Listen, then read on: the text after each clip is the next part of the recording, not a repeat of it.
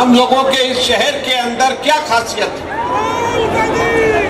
हमारे शहर के अंदर, दिल्ली के अंदर काम करने वाले लोग ज्यादातर वो लोग हैं जो छोटे छोटे कारोबारी, ज्यादातर लोग हैं जो इन छोटे छोटे कारोबारों के अंदर काम करते हैं।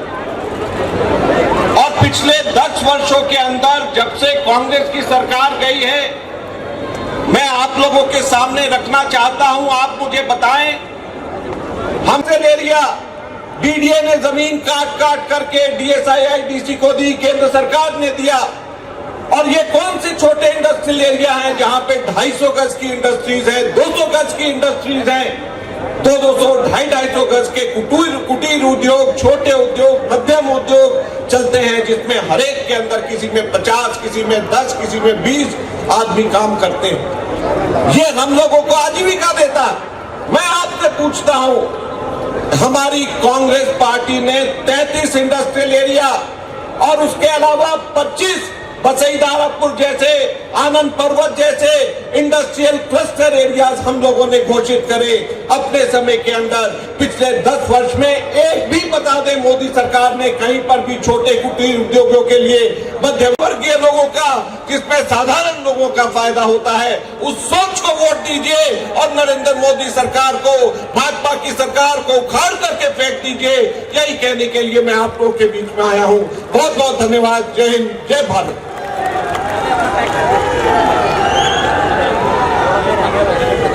इतने सार्थक और जोशीले भाषण के लिए मैं अजय माकन जी का धन्यवाद देती हूँ। और सूचना के लिए आप सभी लोगों को अवगत कराना चाहती हूँ कि भारत सरकार के पूर्व वित्त मंत्री, कांग्रेस के बहुत वरिष्ठ नेता और एक बहुत जाने माने अधिवक्ता पी चिदम्बरम जी भी हमारे बीच में बैठे हैं। आम आदमी पार्टी से 3-4 विधायकगण आज इस सभा की शोभा बढ़ा रहे हैं। राजेश गुप्ता जी तो इसी क्षेत्र से विधायक हैं, वंदना कुमारी जी शालीमार बाग से, पवन शर्मा जी आदर्श नगर से और अखिलेश त्रिपाठी जी मॉडल टाउन से। मैं चाहती हूँ कि एक बार आप सभी लोग जोरदार तालियों के साथ स्वागत करें। जोरदार, थोड़ी और आवाज आनी चाहिए, जोरदार। राजेश गुप्ता जी, वंदना कुमारी जी, पवन शर्मा जी और इमरान भाई के बारे में मैंने शुरू में ही कहा, भारत सरकार के मंत्री इमरान हुसैन जी, अखिलेश त्रिपाठी जी। तो अब कार्यक्रम को आगे बढ़ाते हुए भाई उत्तर पूर्वी दिल्ली के जो प्रत्याशी हैं, उनके आते ही जो जोरदार तालियां और ये जो हाथ हिलाने का सिलसिला हुआ था, मैं समझती हूँ कि अब उनको बुलाने का वक्त आ गया है। और कल एक बहुत ही कायरतापूर्ण घटना घटी, आप सभी उससे वाकिफ होंगे। वो कहीं ना कहीं भारतीय जनता पार्टी के मन में बैठे हुए डर की तरफ इशारा करती है। जब दिमाग सुन्न हो जाता है, जबान लड़खड़ाने लगती है, टांगे कांपने लगती हैं, जब तानाशाह बहुत डर जाता है तो वो और ज्यादा हिंसक हो जाता है। पर हमारा भाई यहाँ खड़ा है मजबूती के साथ और उनका स्वागत मैं शेर के साथ करना चाहती हूँ कि अजब जादू है इनकी गुफ्तगू में, अजब जादू है इनकी गुफ्तगू में। मुखातिब हो तो पत्थर बोलता है और हमारी प्यास का तो मयार ये है कि खुद आगे बढ़ के समुंदर बोलता है। कन्हैया कुमार जी आए और अपने भाषण से इस सभा को और जोशीला बनाए।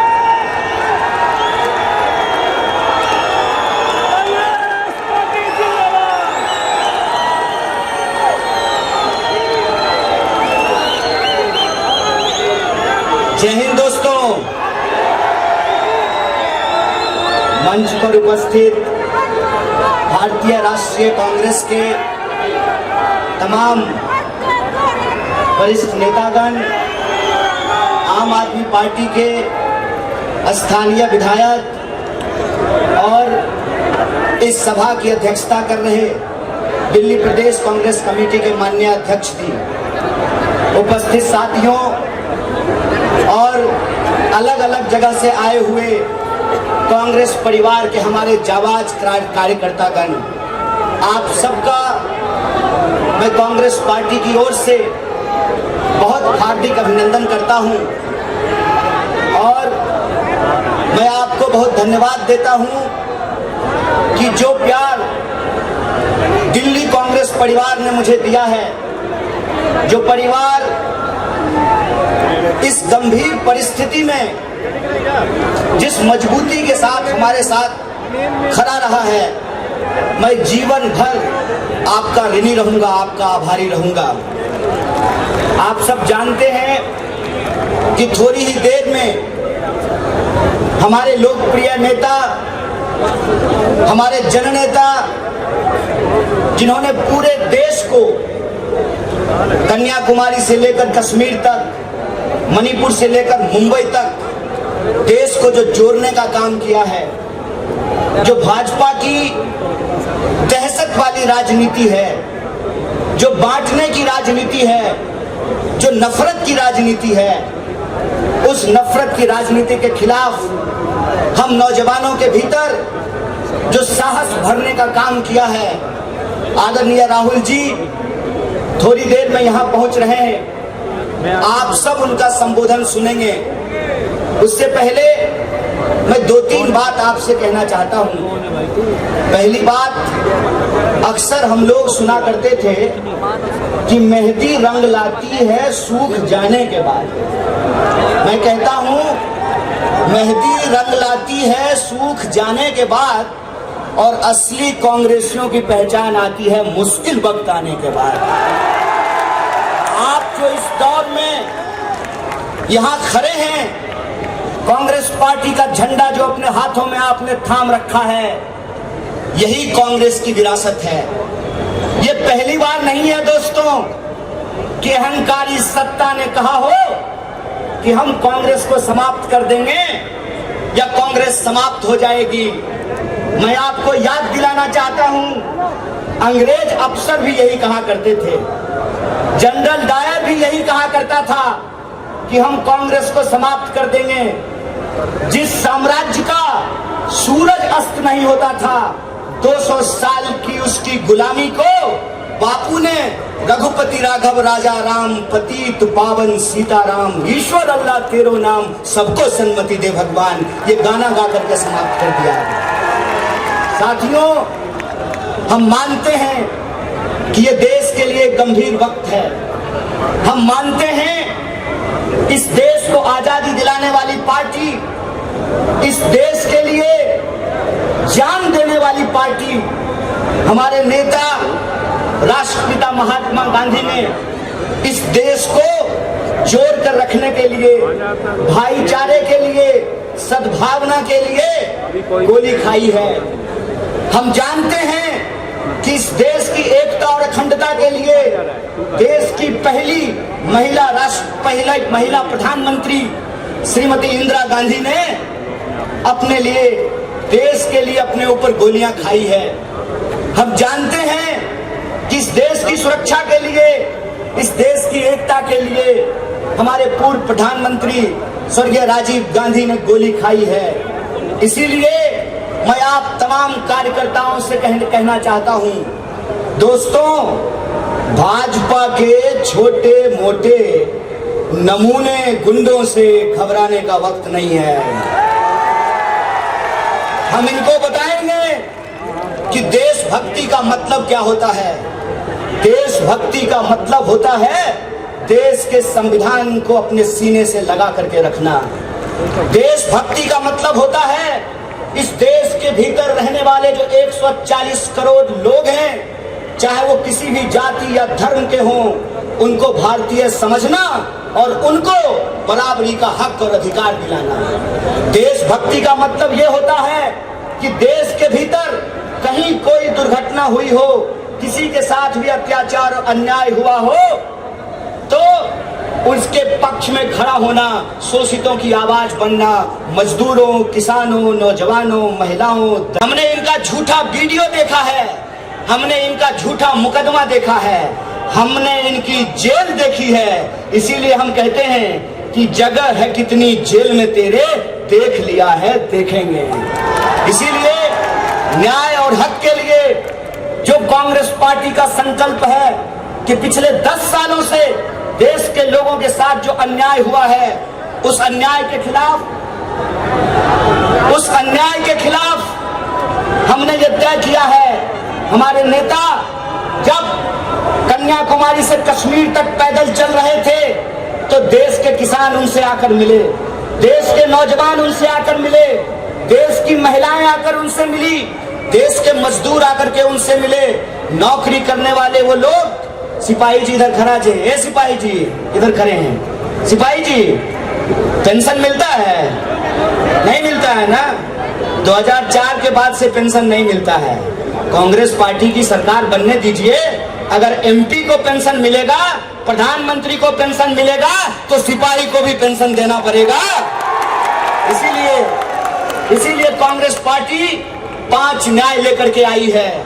युवाओं का न्याय, महिलाओं का न्याय, किसानों का न्याय, श्रमिकों का न्याय और भागीदारी का न्याय। इस देश में रहने वाले जो 140 करोड़ लोग हैं, यह देश उनका है और उनके हक और अधिकार के लिए लड़ना, यही कांग्रेस पार्टी की पहचान है, यही कांग्रेस पार्टी की विचारधारा है। आजकल नया निजाम आया है और नया निजाम कहते हैं कि इस देश का इतिहास 2014 से शुरू होता है।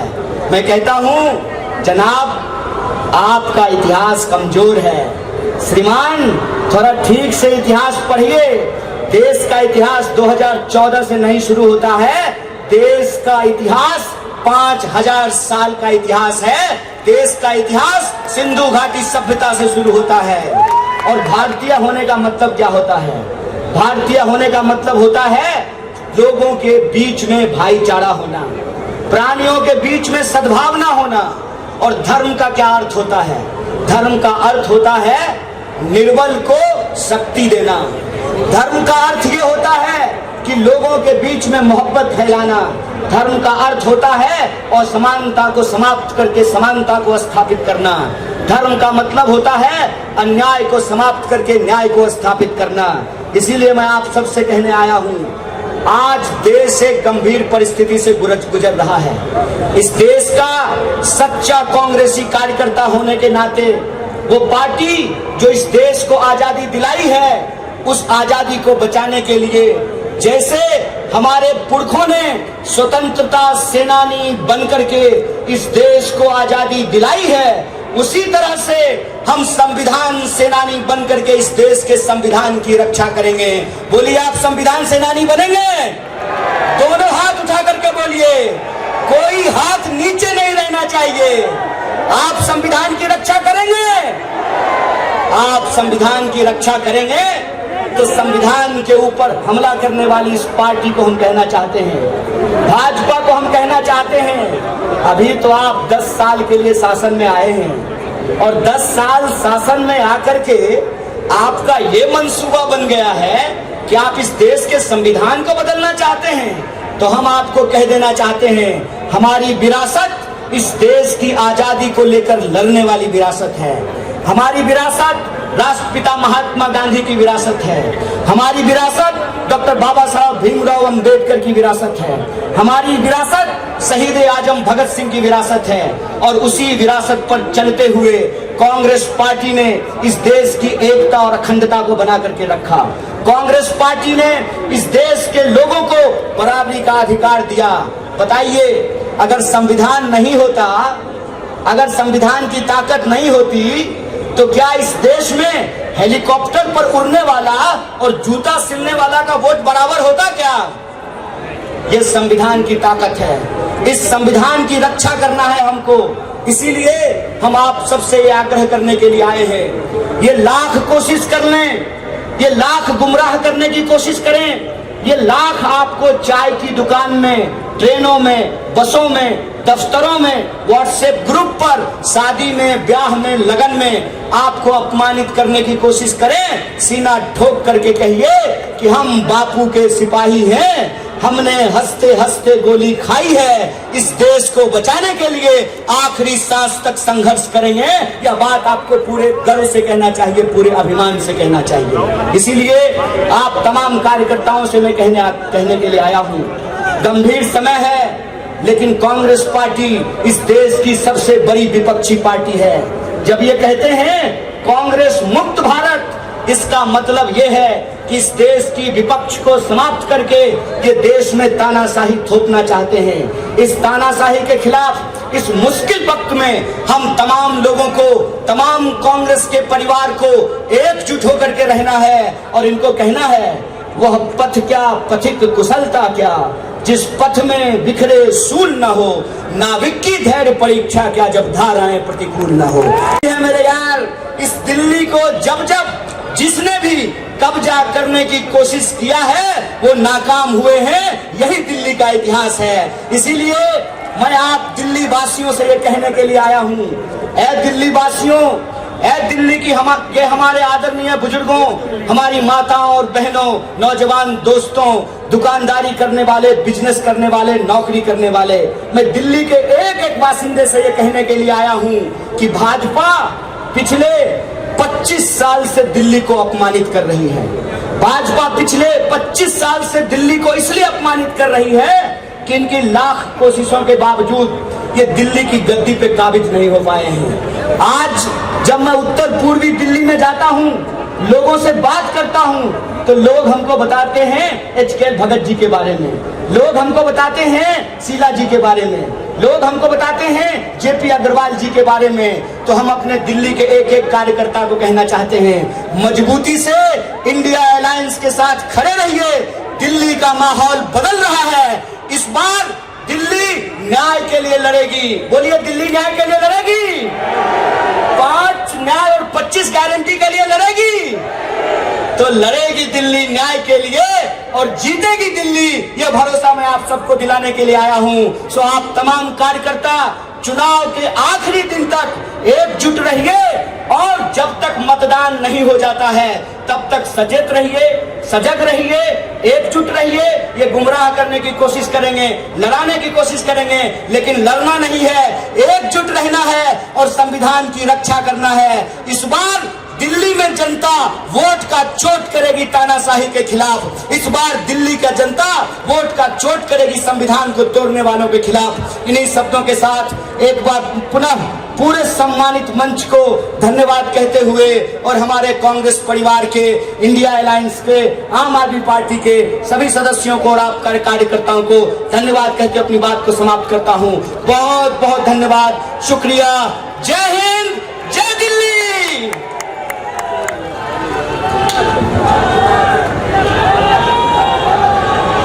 बहुत बहुत धन्यवाद कन्हैया जी। हमारे बीच सभा में पूर्व केंद्रीय मंत्री और चांदनी चौक लोकसभा के senior observer CP Joshi ji भी मौजूद हैं। और एक सभा को सफल बनाने के लिए बहुत लोगों की मेहनत लगती है। कुछ नाम मैं जल्दी से बोल देना चाहती हूँ, इससे पहले कि अगले वक्ता को मैं आमंत्रित करूं। हमारे बीच में रुद्र राजू जी हैं, जय किशन जी भी बैठे हैं, योगानंद शास्त्री जी हैं, तरुण कुमार जी हैं, अमृता धवन जी हैं, पुष्पा सिंह जी हैं, चतर सिंह जी, अनिल भारद्वाज जी, कमलकांत जी, जग प्रवेश जी, रमेश कुमार जी, रणविजय लोचर जी, अशोक बसोया जी। तो सभी लोगों की मेहनत लगी है और आप सब लोगों का प्यार है कि इतनी सफल ये सभा हो पा रही है। अगले वक्ता जैसा कि मैंने आपको कहा था और इतनी उत्सुक थी मैं सुनने के लिए कि सबसे पहले उन्हीं को बुला लिया। तो मैं शेर के साथ बहुत जल्दी से बुलाना चाहती हूँ कि कैसे कैसे मंजर नजर आने लगे हैं। हर तरफ से लोग अब चिल्लाने लगे हैं, कह रहे हैं कि बदल दो इस तालाब का पानी, ये कमल के फूल अब मुरझाने लगे हैं। तो कमल का फूल सबसे बड़ी भूल, ये जनता कह रही है। और इसी के साथ, इसी संदेश के साथ मैं बुलाना चाहती हूँ जयप्रकाश जी को, जिनके नाम में जय भी है और 10 साल के अन्याय काल को मिटाने के लिए प्रकाश भी है। तो जयप्रकाश अग्रवाल जी आए और अपनी बात हम सभी लोगों से साझा करें।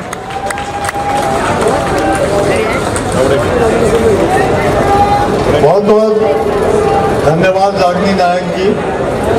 यहाँ उपस्थित आदरणीय दिल्ली प्रदेश कांग्रेस कमेटी के अध्यक्ष देवेंद्र यादव जी, आदरणीय अजय माखन जी, मंच पर बैठे हुए अनेक विशिष्ट अतिथिगण, साथियों, दोस्तों, आज एक वक्त है जब हम सब यहाँ आपकी अदालत में खड़े हैं वो बात की अदालत का जिक्र मैं बाद में करूंगा।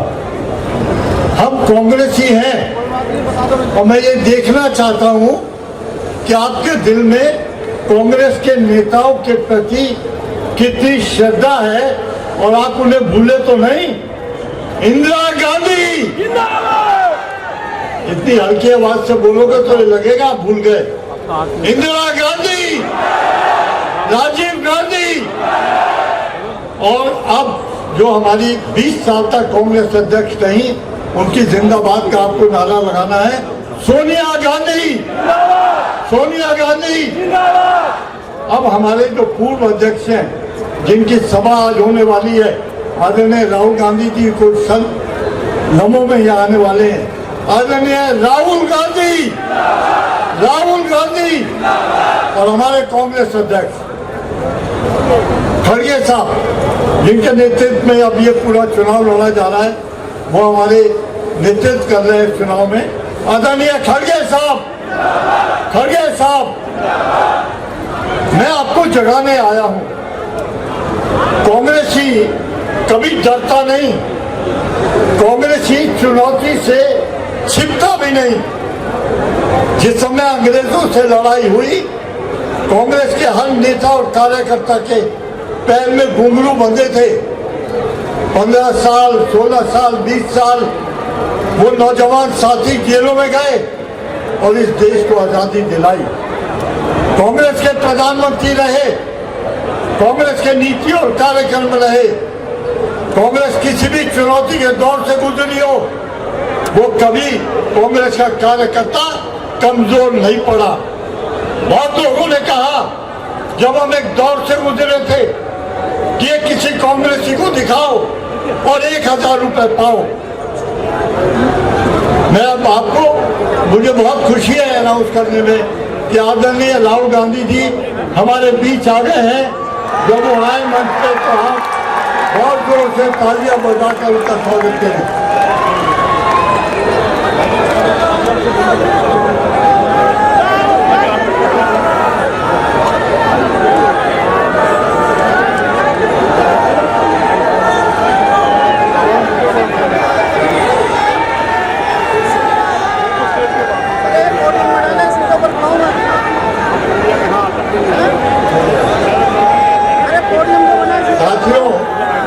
अभी आ गए हैं वो और एक आध मिनट में अभी मंच पर आने वाले हैं। और जो मंच पर आए तो यहाँ से इतनी जोर की तालियों की और नारों की आवाज होनी चाहिए ताकि वो मोदी सरकार के कान के पर्दे फट जाए। राहुल गांधी, राहुल गांधी। मैं अपनी बात 2-4 शब्दों में खत्म करूंगा क्योंकि हम सब उत्साहित हैं राहुल जी को सुनने के लिए। तो जिस समय लोगों ने कहा कि कांग्रेसी दिखाओ 1000 रुपए पाओ, वो दौर 2 साल भी नहीं रहा। लोगों ने कांग्रेस पर विश्वास करा। आप झूमे, आपके पैरों में घुंघरू बंधे, आपने जो दूसरी पार्टियां थी उनका मुकाबला करा और कांग्रेस की सरकार बनवाई। आज फिर वही वक्त है, इस देश का चुनाव है, भविष्य का चुनाव है। राहुल जी के नेतृत्व में वो चुनाव लड़ रहे हैं। किसी ने अगर मोदी जी को चुनौती दी है तो वो राहुल गांधी ने दी है और कोई नेता उतनी ताकत से उनके मुकाबले खड़ा नहीं हो पाया। अब वक्त है कांग्रेस के नेता को चुनौती का सामना करने का, कांग्रेस के कार्यकर्ताओं को चुनौती का सामना करने का। राहुल जी आ गए। राहुल गांधी, राहुल गांधी, राहुल गांधी, राहुल गांधी, राहुल गांधी, राहुल गांधी।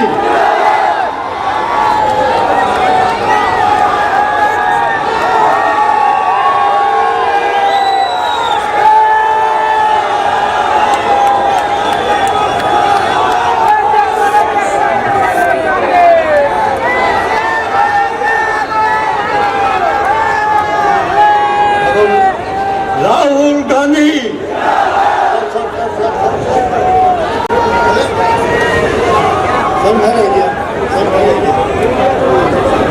भाई बैठो भाई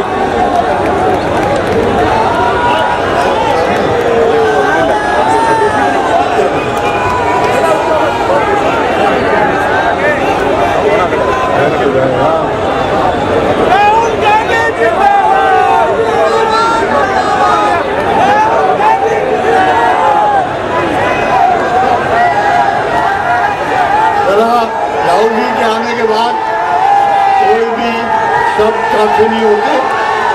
जोरदार तालियों से स्वागत करें, जोरदार तालियों से।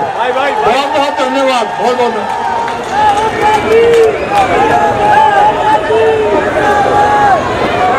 साथियों, जैसा कि आप सभी ने देखा कि हमारे बीच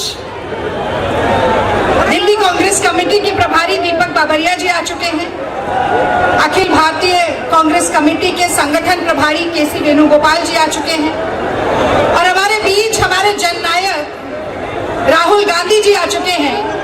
उनका स्वागत करेंगे देवेंद्र यादव जी। एक छोटा सा शेर मैं जरूर कहना चाहती हूँ कि कलम ना हो तो लहू तर्जुमा नहीं होता, इस दौर में आंसू जुबा नहीं होता। और राहुल जी के लिए कह दें कि जहाँ जाएगा वही रोशनी फैलाएगा, किसी चिराग का अपना मका नहीं होता, किसी चिराग का अपना मका नहीं होता। इसी के साथ देवेंद्र यादव जी को बुलाऊंगी कि वो आए और राहुल गांधी जी का स्वागत करें।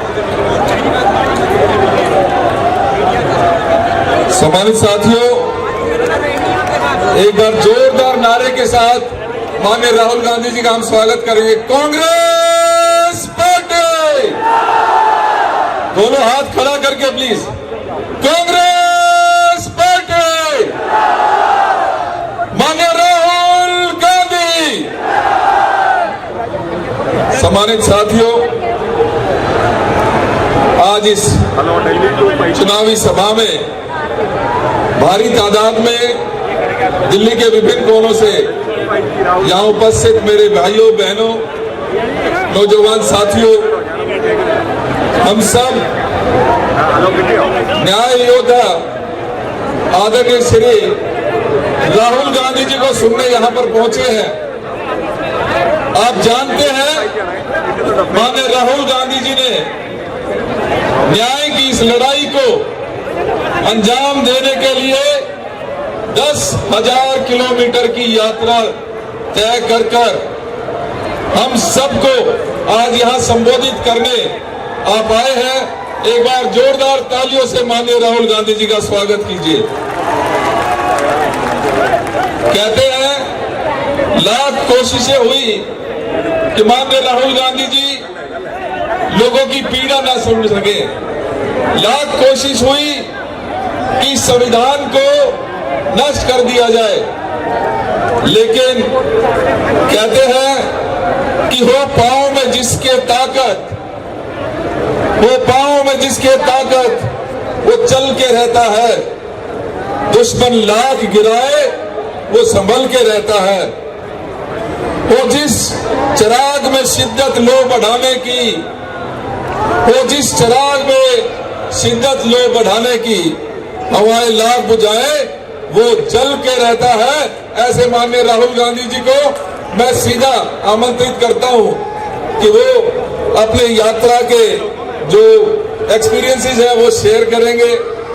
दिल्ली के बारे में क्या उनकी सोच है, क्या कांग्रेस की सोच है, उसके बारे में विस्तार से आज माननीय राहुल गांधी जी चर्चा करेंगे। जोरदार तालियों से माननीय राहुल गांधी जी को आमंत्रित करता हूं कि हम सबको संबोधित करें, हम सबका मार्गदर्शन करें। माननीय राहुल गांधी जी।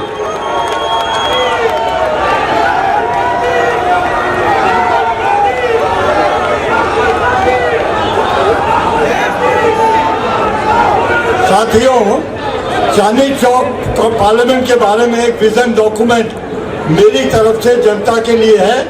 आदरणीय राहुल गांधी जी उसे रिलीज करेंगे। तालियां बजाकर स्वागत करते हैं। भाई भाई भाई भाई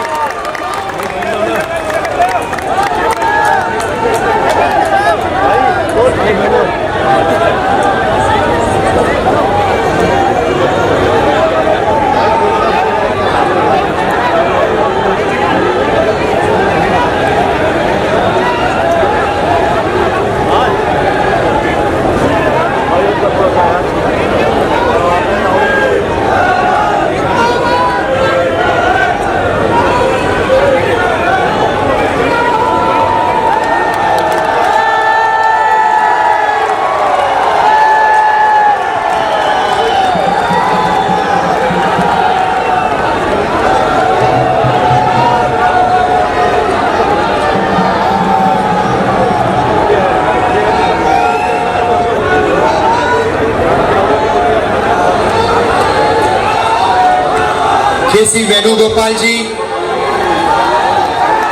अजय माकन जी, दीपक बाबरिया जी, देवेंद्र यादव जी, पी चिदम्बरम जी, CP जोशी जी, राजेश जी, अलका लांबा जी, अनिल चौधरी जी, सुभाष चोपड़ा जी, हमारे कैंडिडेट्स JP अग्रवाल जी,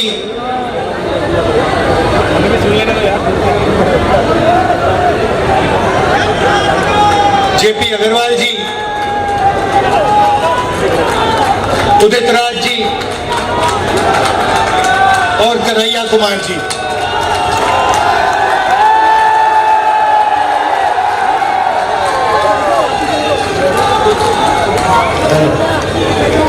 स्टेज पे कांग्रेस पार्टी और इंडिया अलायंस के नेता, भाइयों और बहनों और कांग्रेस पार्टी के और आम आदमी पार्टी के हमारे सब बब्बर शेर कार्यकर्ता, आप सबका यहाँ बहुत बहुत स्वागत। प्रेस के मित्रों, आपका भी स्वागत, मगर आप हमारे मित्र नहीं हो। कहना पड़ता है, मगर आप ना छोटे व्यापारियों के मित्र हो, ना युवाओं के मित्र हो, ना किसानों के हो, ना मजदूरों के हो। आप अदानी जी के, मोदी जी के मित्र हो। और आप 24 घंटा कभी अंबानी की शादी दिखाओगे? आपने कभी नोटिस किया चांदनी चौक के भाइयों और बहनों कि ये कभी भी छोटे व्यापारियों की, स्मॉल और मीडियम बिजनेस की, कारीगरों की बात नहीं करते हैं, मगर 24 घंटा आपको या बॉलीवुड स्टार्स दिखाएंगे, या अंबानी की शादी दिखाएंगे, या फिर नरेंद्र मोदी जी का चेहरा आपको दिखेगा। तो ये कहना पड़ता है, मगर ये हमारे मित्र नहीं हैं, ये 2-3 अरबपतियों के मित्र हैं। खैर, इनकी गलती नहीं है। ये जो स्ट्रिंगर्स हैं, कैमरामैन हैं, ये इलेक्शन में वोट इंडिया अलायंस को देंगे, देख लेना।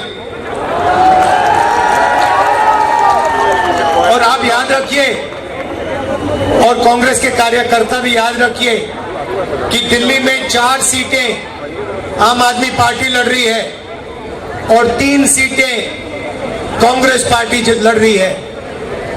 तो कांग्रेस कार्यकर्ताओं को 3 सीटों में कांग्रेस पार्टी को वोट देना है और 4 सीटों में आम आदमी पार्टी का समर्थन करना है। और आम आदमी पार्टी के कार्यकर्ताओं को 3 सीटों में कांग्रेस पार्टी का बटन दबाना है और 4 सीटों में आम आदमी पार्टी का बटन दबाना है। और अभी कन्हैया जी ने मुझे कहा कि अजीब सी बात है, केजरीवाल जी कांग्रेस पार्टी का बटन दबाएंगे और मैं आम आदमी पार्टी का बटन दबाऊंगा। तो एक प्रकार से हमारे कार्यकर्ता इस चुनाव में मिले हैं, क्योंकि हमारा लक्ष्य, सबका लक्ष्य इस संविधान को बचाने का है, इस संविधान की रक्षा करने का है। अंबेडकर जी का संविधान, महात्मा गांधी का संविधान, जवाहरलाल नेहरू जी का, और हिंदुस्तान के सबसे गरीब लोगों का, दलितों का, आदिवासियों का, पिछड़ों का। भाइयों और बहनों, देखिए, अगर ये चला गया जो बीजेपी चाहती है, नरेंद्र मोदी जी चाहते हैं, उनके नेताओं ने, बड़े बड़े नेताओं ने खुलकर टीवी पे कहा है कि अगर हमें मौका मिलेगा तो इस संविधान को हम फाड़ के फेंक देंगे। तो पहला काम इस किताब, इस संविधान की रक्षा करना है, क्योंकि यही आपका भविष्य है, यही आपका सपना है और यही आपके दिल की आवाज है। नरेंद्र मोदी जी ने 22-25 लोगों के लिए काम किया। चांदनी चौक में स्मॉल और मीडियम बिजनेस वाले लोग हैं,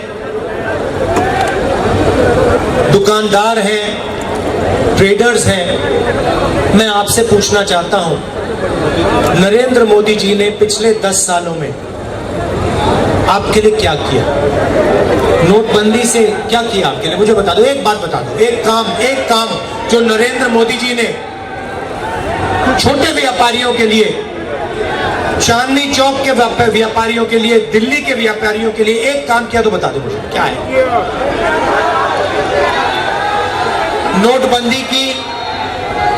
नोटबंदी की उससे आपको नुकसान हुआ, आपका कैश फ्लो खत्म हुआ और हजारों बिजनेस बंद हो गए। गलत जीएसटी लागू की, 5 अलग अलग टैक्स, 28% तक टैक्स, और टैक्स में भ्रष्टाचार, एक्सटॉर्शन बढ़ाया बीजेपी ने। तो मैं आपसे पूछना चाहता हूं, मुझे आप बताओ, कौन सा काम नरेंद्र मोदी ने आपके लिए किया?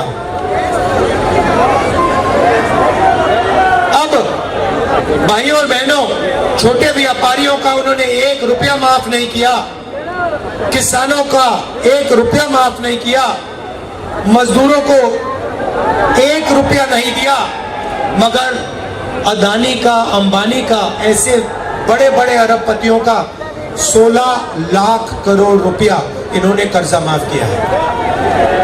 आप सोचिए, 16 लाख करोड़ रुपया मतलब 24 साल का मनरेगा का पैसा, या जितना हमने किसानों का कर्जा माफ किया था, अगर आप उसको 24 बार करो, उतना पैसा नरेंद्र मोदी जी ने अदानी और अंबानी जैसे अरबपतियों को दिया है। रेलवेज को प्राइवेटाइज कर रहे हैं, सारी पब्लिक सेक्टर यूनिट्स को एक के बाद एक प्राइवेटाइज कर रहे हैं। यहां पे लाल किले को, जो नेशनलिज्म का प्रतीक है, सिंबल है, देशभक्ति का सिंबल है, उसे प्राइवेटाइज कर दिया, उसका ठेका किसी को दे दिया। तो पूरा का पूरा काम 22-25 लोगों के लिए हो रहा है। इंटरव्यू में नरेंद्र मोदी के आपने इंटरव्यू देखे होंगे, उनके 4-5 वो जर्नलिस्ट हैं, उनके चमचे, उनके साथ इंटरव्यू देखा आपने? देखा ना? वो स्क्रिप्टेड सवाल होता है, मोदी जी आप आम कैसे खाते हो, मोदी जी आप ये कैसे करते हो। अब गलती से क्या हुआ, वो स्क्रिप्टेड वाले इंटरव्यू में पत्रकार ने पूछ लिया, मोदी जी एक बड़ा एकेडमिक है, उसने कहा है कि हिंदुस्तान में अमीर होते जा रहे हैं और गरीब गरीब होते जा रहे हैं, इसके बारे में आप क्या सोचते हो? और नरेंद्र मोदी का जवाब आता है, क्या मैं सबको गरीब कर दूं? मतलब सोच देखिए, आपसे कोई नहीं कह रहा है कि आपको सबको गरीब करना चाहिए। सवाल यह है, नरेंद्र मोदी जी और आपके पत्रकार ने आपसे पूछा है कि हिंदुस्तान में 20-25 अरबपति अमीर होते जा रहे हैं और गरीब गरीब होते जा रहे हैं। यह है सवाल। भाइयों और बहनों, 30-35 इंटरव्यू दिए हैं, वही 5-10 जर्नलिस्ट, 2-3 इंटेलेक्चुअल्स ने, पत्रकारों ने मुझे चिट्ठी लिखी, पब्लिक अनाउंसमेंट किया और नरेंद्र मोदी जी को चिट्ठी लिखी और कहा कि नरेंद्र मोदी जी, लोकतंत्र में डिबेट होना चाहिए, डिबेट जरूरी है, आपको राहुल गांधी के साथ डिबेट करना चाहिए। जो आपके विचार हैं आप रखिए, और जो राहुल गांधी के विचार हैं वो भी रखेगा। सही बात है ना? मैं तैयार हूं,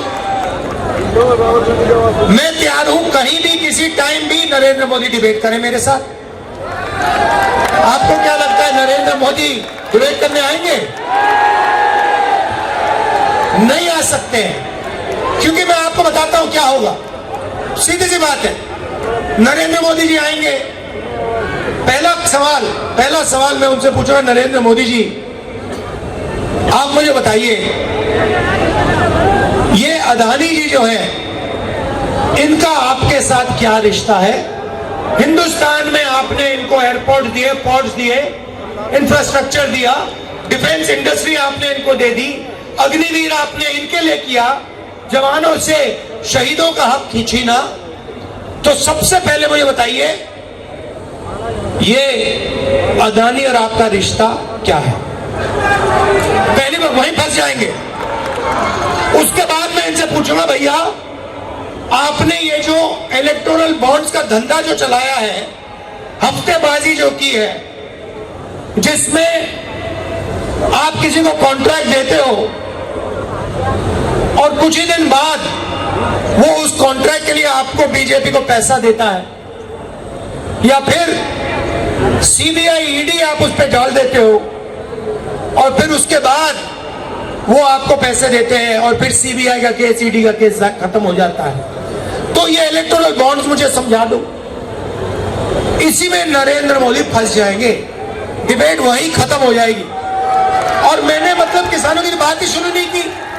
फिर मैं पूछूंगा ये जो काले कानून आप लाए, जिसके कारण आपके सारे के सारे कैंडिडेट्स घेरे जा रहे हैं, पंजाब में, हरियाणा में, महाराष्ट्र में,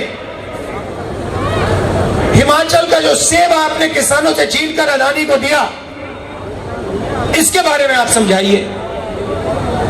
फिर उसके बाद मैं कहूंगा, नरेंद्र मोदी जी, जब कोरोना में लोग मर रहे थे, गंगा में लाशों के ढेर पड़े थे, बेटे अपने माता पिता को मरते देख रहे थे, आपने देश को थाली बजाने के लिए क्यों कहा? मोबाइल फोन चलाने के लिए क्यों कहा? उसके बाद मैं पूछूंगा, मोदी जी एक बात बताइए, आपने वो जो शी जिनपिंग है उसको झूले पे झुलाया, उसको आपने समोसा खिलाया, और वो हिंदुस्तान की दिल्ली जितनी जमीन उठा के ले गया, उसकी आर्मी आज तक उसमें बैठी हुई है। ये आपने क्या किया? उसके बाद मैं पूछूंगा, नरेंद्र मोदी जी, अग्निवीर स्कीम जो आप लाए, ये मुझे बताइए, आप अग्निवीर स्कीम क्यों लाए? 2 तरीके के शहीद आपने क्यों बनाए?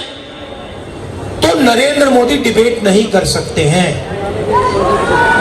और मैं आपको कह रहा हूं, देखिए, जो आप नरेंद्र मोदी जी से कहलाना चाहते हो, मुझे बोल दो, मैं उनके भाषण में कहला दूंगा।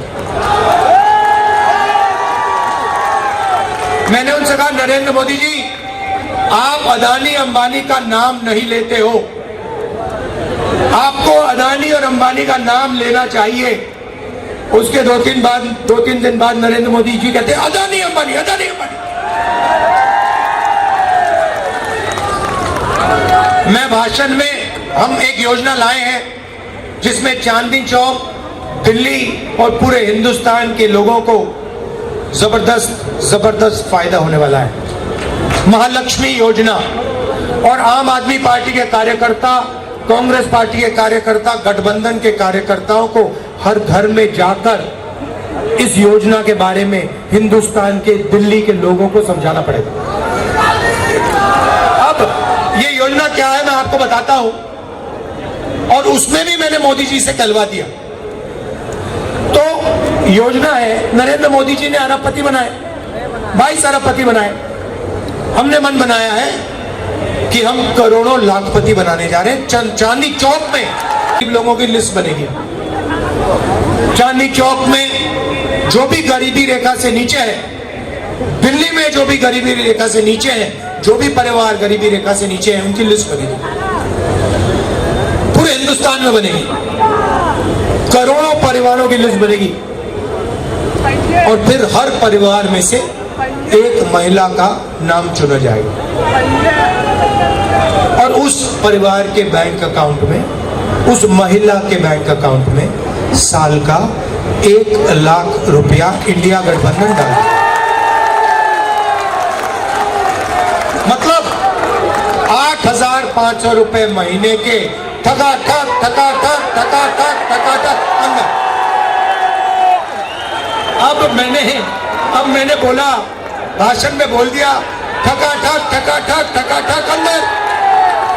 अब अपने हर भाषण में नरेंद्र मोदी ठकाठक फटाफट ठकाठक बोल रहे हैं।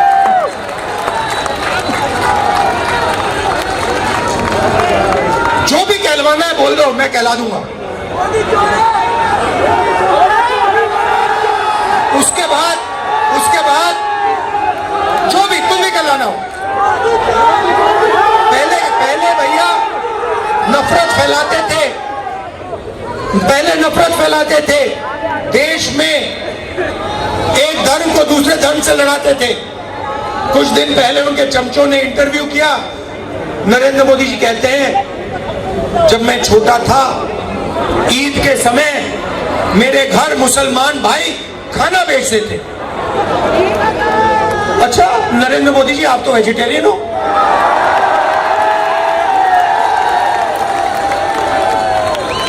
तो इसका मतलब आप वेजिटेरियन नहीं हो क्या? पूरे देश को आप 24 घंटे कहते हो कि मैं वेजिटेरियन हूं, और फिर जब आप छोटे थे मुसलमान भाई आपको ईद का खाना बेचते थे और आप खाते थे। तो अब ये नए नरेंद्र मोदी आए हैं क्योंकि इनको पता लग गया है कि इनकी बाय बाय होने जा रही है। तो अब जो भी कहलवाना है मैं कहलवा दूंगा। बस एक, अब देखो कितना गहरा रिश्ता है इनका अदानी अंबानी के साथ। प्रेशर में आके उनका भी नाम ले लिया स्टेज पे, बड़े फोन कॉल आए होंगे उनको, नरेंद्र भाई आपने क्या बोल दिया, ये क्या कह दिया आपने। इलेक्टोरल बॉन्ड्स में करोड़ों रुपए, हजारों करोड़ रुपए इन लोगों ने नरेंद्र मोदी जी की पार्टी को दिए हैं। नरेंद्र मोदी टेम्पो की बात कर रहे हैं, आपने सुना कि पैसा टेम्पो में जा रहा है। अच्छा नरेंद्र मोदी जी, अगर कांग्रेस पार्टी को टेम्पो में पैसा मिल रहा है तो इंक्वायरी करिए ना आप, अदानी और अंबानी पे सीबीआई ईडी लगाइए। मैंने 10 दिन पहले कहा कि आप इंक्वायरी करिए, कोई इंक्वायरी नहीं हो रही, चुप बैठे नरेंद्र मोदी। और महालक्ष्मी योजना से इनको बहुत डिस्टर्बेंस हो रही है, क्योंकि हमने कहा है कि अगर आप 22 अरबपति बना सकते हो तो हम करोड़ों लाखपति बना के ही छोड़ेंगे। किसानों को मिनिमम सपोर्ट प्राइस, मजदूरों को मनरेगा के लिए 400 रुपए, आज 250 मिलता है। अच्छा बताओ गैस सिलेंडर कितने का है? नरेंद्र मोदी जी ने क्या बोला था? 400 रुपए का गैस सिलेंडर कितना महंगा हो गया है, आज 1100 है। जरा सिलेंडर की बात करवाइए। डिबेट में यह भी पूछूंगा, नरेंद्र मोदी जी गैस सिलेंडर का दाम के बारे में बताइए, महंगाई के बारे में बताइए, बेरोजगारी के बारे में बताइए। 2 करोड़ युवाओं को आपने बेरोजगार बनाया है। आपने कहा था 2 करोड़ को मैं रोजगार दूंगा, उल्टा कर दिया आपने। अब बेरोजगार युवाओं के लिए हम पहली नौकरी पक्की करने जा रहे हैं। पहली नौकरी पक्की योजना सिंपल सी है। हिंदुस्तान के ग्रेजुएट्स, कॉलेज, यूनिवर्सिटी और डिप्लोमा होल्डर्स जो इस भीड़ में बहुत हैं और चांदनी चौक में है, दिल्ली में है, पूरे हिंदुस्तान में है, भारत जोड़ो यात्रा में मैं युवाओं से मिलता था, पूछता था क्या करते हो, कहते कुछ नहीं करते।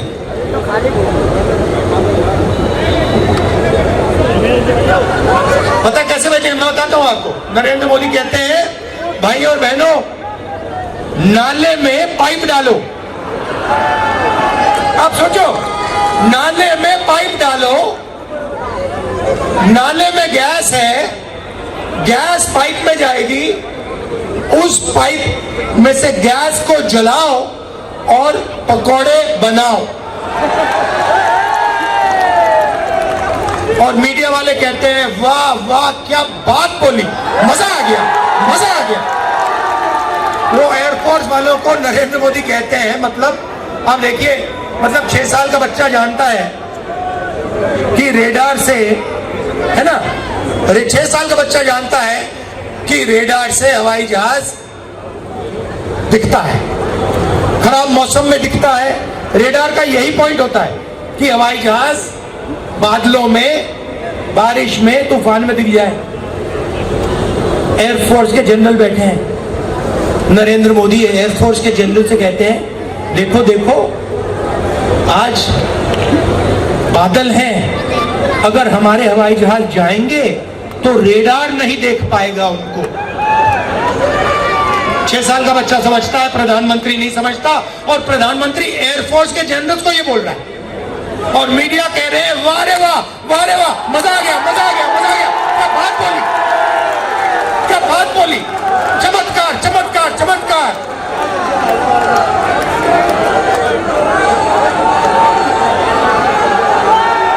देखो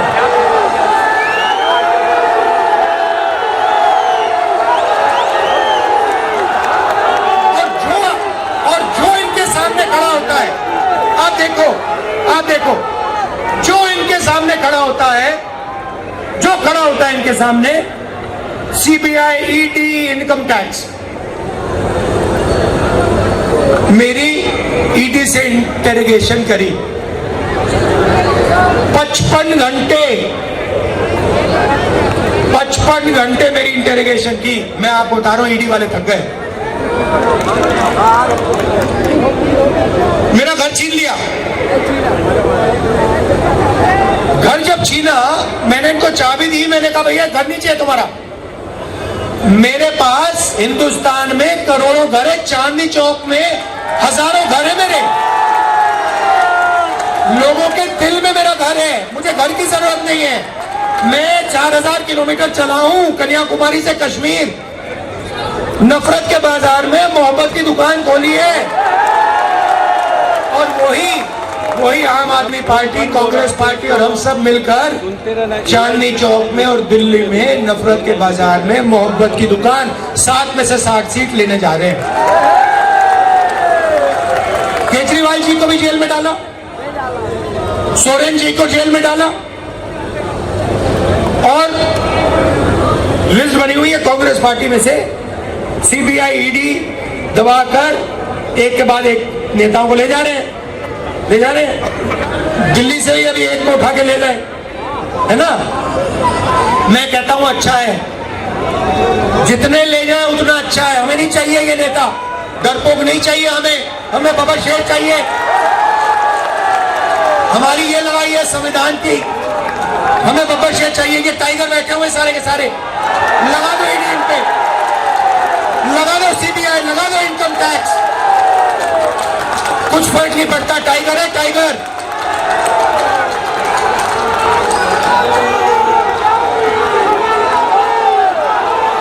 हाथ के निशान में भाइयों और बहनों, हाथ के निशान में जादू है। तो ये मैं आपसे कहना चाहता था, आखिरी बार मैं आपसे कहना चाहता हूं, यहां पे छोटे व्यापारी हैं, कारपेंटर हैं, इलेक्ट्रिशियन हैं, ये छोटा काम करते हैं, इनको नरेंद्र मोदी रोज कुचलते हैं। जीएसटी, नोटबंदी, पुलिस वाले तंग करते हैं, इनको जमीन नहीं देते, इनको जगह नहीं देते। तो 2-3 चीजें हम करने जा रहे हैं। सबसे पहले अग्निवीर योजना को उठा के कूड़ेदान में। दूसरा काम, जीएसटी को सिंप्लीफाई करेंगे। 5 अलग अलग टैक्स नहीं होगा, एक टैक्स होगा। ये जो एक्सटॉर्शन चल रहा है ये सब बंद हो जाएगा, कम से कम टैक्स होगा। और जो इन्होंने अरबपतियों के लिए किया, वो ही जो बैंक का सपोर्ट, बैंक लोन्स यही जो अरबपति को देते हैं, वैसे ही हम बैंक लोन्स चांदनी चौक के छोटे व्यापारियों को, स्मॉल बिजनेस को, मीडियम साइज बिजनेसेस को देंगे। क्यों? क्योंकि आप ही लोग रोजगार दे सकते हो, आप ही लोग रोजगार दे सकते हो, वो दे ही नहीं सकते अरबपति। आपको अगर फाइनेंस दे दिया, टेक्नोलॉजी आपको दे दी, आप चाइना का मुकाबला कर दोगे। मेड इन चाइना छोड़ो, मेड इन चांदनी चौक लपेट लगा उनको। तो ऐसा हिंदुस्तान हमें चाहिए जो मोहब्बत का हिंदुस्तान है, नफरत का हिंदुस्तान नहीं है। एक साथ खड़ा होके मेड इन चाइना का मुकाबला करना है। यही सबसे बड़ी मुश्किल है, यही इसी चीज के खिलाफ हम सबको खड़ा होना है। Made in India, made in Chandni Chowk, made in new Delhi. ठीक है? तो फिर से दोहराना चाहता हूं, 3 सीटों में कांग्रेस पार्टी हाथ का निशान, 4 सीटों में आम आदमी पार्टी झाड़ू। आम आदमी पार्टी के भी एमएलए बैठे हैं। नमस्कार, आइए सब, आ जाइए सब एमएलए आ जाइए। आप सब आ जाइए।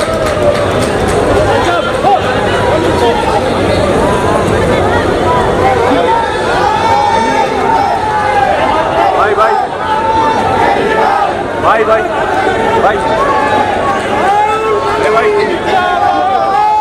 अच्छा, एक बात मैं रोजगार की बात कर रहा था, एक जरूरी बात मैंने खत्म ही नहीं की। हाँ, पेपर लीक, मगर एक जरूरी बात मैंने खत्म नहीं की। मैंने कहा कि युवाओं की लिस्ट बनेगी, graduate, post graduate, college, university diploma holders list बनेगी और हम पहली नौकरी पक्की का अधिकार देंगे।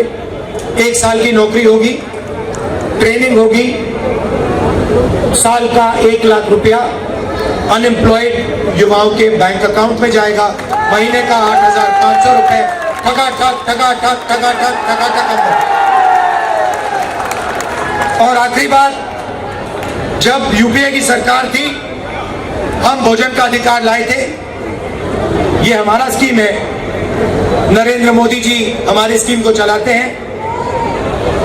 ये 5 किलो अनाज देते हैं, हम 10 किलो अनाज देने जा रहे हैं। आप सबका मैं दिल से धन्यवाद करना चाहता हूं। आप रात के समय आए, इतने प्यार से आपने मेरी बात सुनी, बहुत ऊर्जा है आप में। अब जाके कांग्रेस पार्टी को जिताइए, आम आदमी पार्टी को जिताइए, भारी बहुमत से हमारे कैंडिडेट को जिताइए। नमस्कार, जय हिंद, धन्यवाद।